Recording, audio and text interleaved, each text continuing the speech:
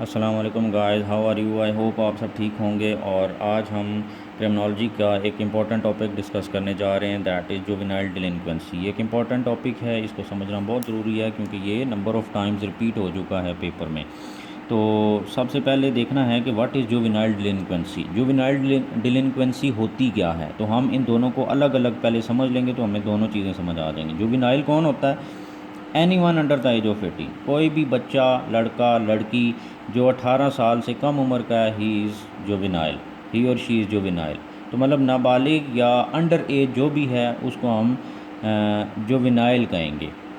अच्छा अच्छा, ये एक अलग बात है कि उसने क्राइम किया या नहीं किया। यहाँ पर सिर्फ एज कम होने के लिए कहा जा रहा है जुवेनाइल। 18 साल से कम उम्र का है तो जुवेनाइल। डिलिंक्वेंट कौन होता है? An individual who fails to obey the law.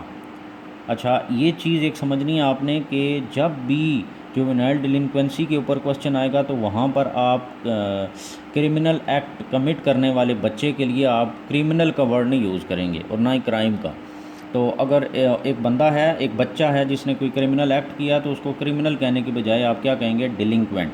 N individual who fails to obey the law, एक ऐसा इंडिविजुअल जो कि लॉ की वायलेशन करता है, कानून की पासदारी नहीं करता या कानून के ख़िलाफ़ कोई काम करता है तो वो डिलिंक्वेंट होगा।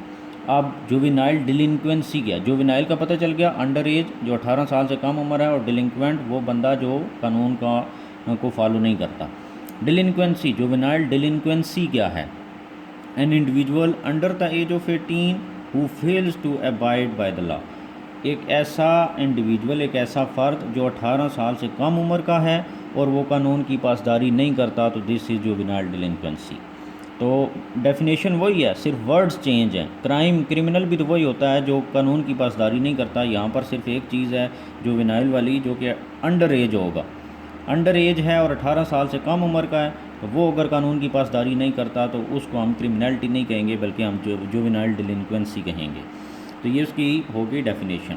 अब टाइप्स ऑफ जुवेनाइल डिलिंक्वेंट्स, यहाँ पर आपने देखना है कि जो जुर्म कर रहा है, जो क्राइम है, उसकी कितनी टाइप्स हैं। टाइप्स ऑफ जुवेनाइल डिलिंक्वेंट्स, मुजरिम की कितनी टाइप्स हैं? वो दो हैं। Number 1, repeat offender.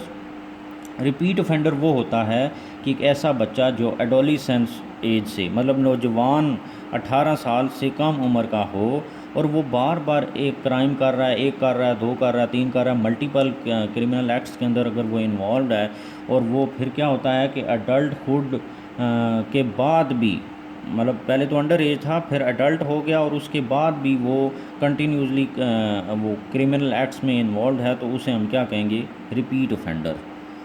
दूसरा है एज स्पेसिफिक ऑफेंडर। ये एक ऐसा ऑफेंडर है, एक ऐसा डिलिंक्वेंट है जिसने अंडर एज से क्राइम करना शुरू किया, ऐसे एक्टिविटीज़ के अंदर इन्वॉल्व था, बट जब वो एडल्टहुड की एज तक पहुंचा तो उसने वो चीज़ें छोड़ दी। तो ये एज स्पेसिफिक है, एक ख़ास एज तक इसने कोई गलत काम किए, क्रिमिनल एक्ट्स किए, उसके बाद छोड़ दिए। रिपीट ऑफेंडर वो है जो कंटिन्यूसली करता जा रहा है, पहले भी करता रहा है और अब भी कर रहा है। तो ये दो टाइप्स हैं डिलिंक्वेंट्स की, जुवेनाइल डिलिंक्वेंट की, मुजरिम की, अंडर एज मुजरिम की दो टाइप्स हैं। उसके बाद 4 मेन टाइप्स ऑफ जुवेनाइल डिलिंक्वेंसी। अब जुर्म की हम टाइप्स, इन दोनों में आपने फ़र्क करना है। ये वो मुजरिम था जिसकी दो टाइप्स हैं, कि एक रिपीट है और एक एज स्पेसिफिक है, और दूसरी अब ये डिलिंक्वेंसी है। दिस इज़ डिलिंक्वेंट्स और दिस इज़ डिलिंक्वेंसी। तो डिलिंक्वेंसी की कितनी टाइप्स हैं, जुर्म की कितनी टाइप? नंबर 1, इंडिविजुअल डिलिंक्वेंसी, एक ऐसा जुर्म, एक ऐसा वायलेशन ऑफ लॉ जिसके अंदर कोई एक जुवेनाइल जो है वो इन्वॉल्व हो। मतलब कि जिसके अंदर सिर्फ एक ही बंदा इन्वॉल्व था, उसने कोई चोरी की, किसी का पर्स छीना, किसी को मार दिया, जो भी गलत काम किया उसके अंदर एक इंडिविजुअल अगर इन्वॉल्व था, तो this is individual delinquency. Number 2, group supported delinquency, कि ऐसी डिलिंक्वेंसी, कैसा जुर्म जिसके अंदर पूरा ग्रुप इन्वॉल्व हो, 2, 4, 6, 8, 10 बंदे इन्वॉल्व हों और ग्रुप पूरा जो है वो उसमें अगर इन्वॉल्व होकर कोई काम कर रहा है ऐसा इलीगल या अनलॉफुल, तो वो क्या होगा? Group supported delinquency. उसके बाद क्या है?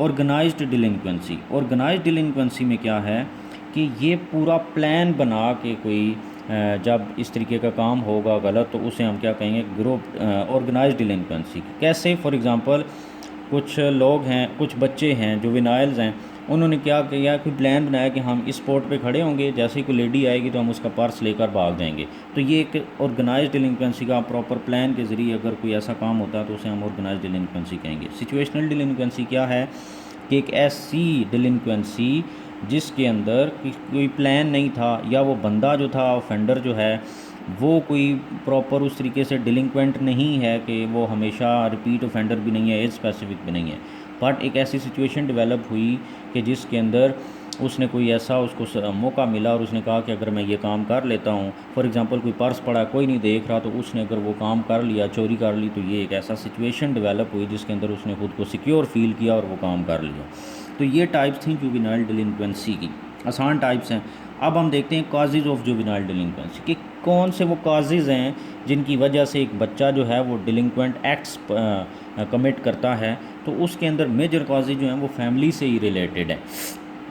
फैमिली के अंदर डिफरेंट इश्यूज़ होते हैं, डिफरेंट, हर फैमिली का एक अपना कल्चर होता है, अपना एक एनवायरनमेंट होता है, तो उन डिफरेंट चीज़ों की वजह से सम टाइम होता है कि बच्चे इलीगल चीज़ों के अंदर इन्वॉल्व हो जाते हैं। उसमें नंबर 1 इकोनॉमिक प्रॉब्लम हो सकती है। फैमिली की अगर इकोनॉमिक प्रॉब्लम्स हैं, वो इतनी ज़्यादा प्रॉस्पेरिटी नहीं है, वहाँ पर हालात ख़राब हैं, पॉवर्टी है, तो उसकी वजह से बच्चा जो है वो जब दूसरों को देखता है कि उसकी नीड्स पूरी नहीं हो रही हैं, तो सम टाइम ऐसे कामों के अंदर इन्वॉल्व हो जाता है और वो चोरी चकारी और इस तरीके के कामों में इन्वॉल्व हो जाता है।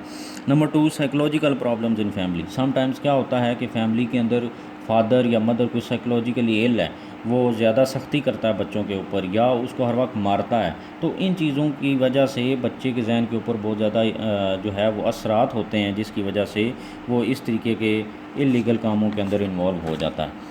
तीसरा जो है that is social problems in family. Social problem क्या होगा कि सम टाइम क्या होता है फैमिली के वही अगर हालात ठीक नहीं है, तो सोशल प्रॉब्लम क्या है कि चाइल्ड लेबर के ऊपर बच्चों को लगा दिया जाता है। इसके अलावा एनिमल राइट्स या इस तरीके मतलब रेशियल डिस्क्रिमिनेशन होती है, एज डिस्क्रिमिनेशन, एक बच्चे को ज़्यादा अच्छा ट्रीट किया जा रहा है, दूसरे को उस तरीके से ट्रीट नहीं किया जा रहा, तो इस तरीके के प्रॉब्लम जो हैं वो भी डिलिंक्वेंसी की तरफ बच्चे को कन्विंस करते हैं।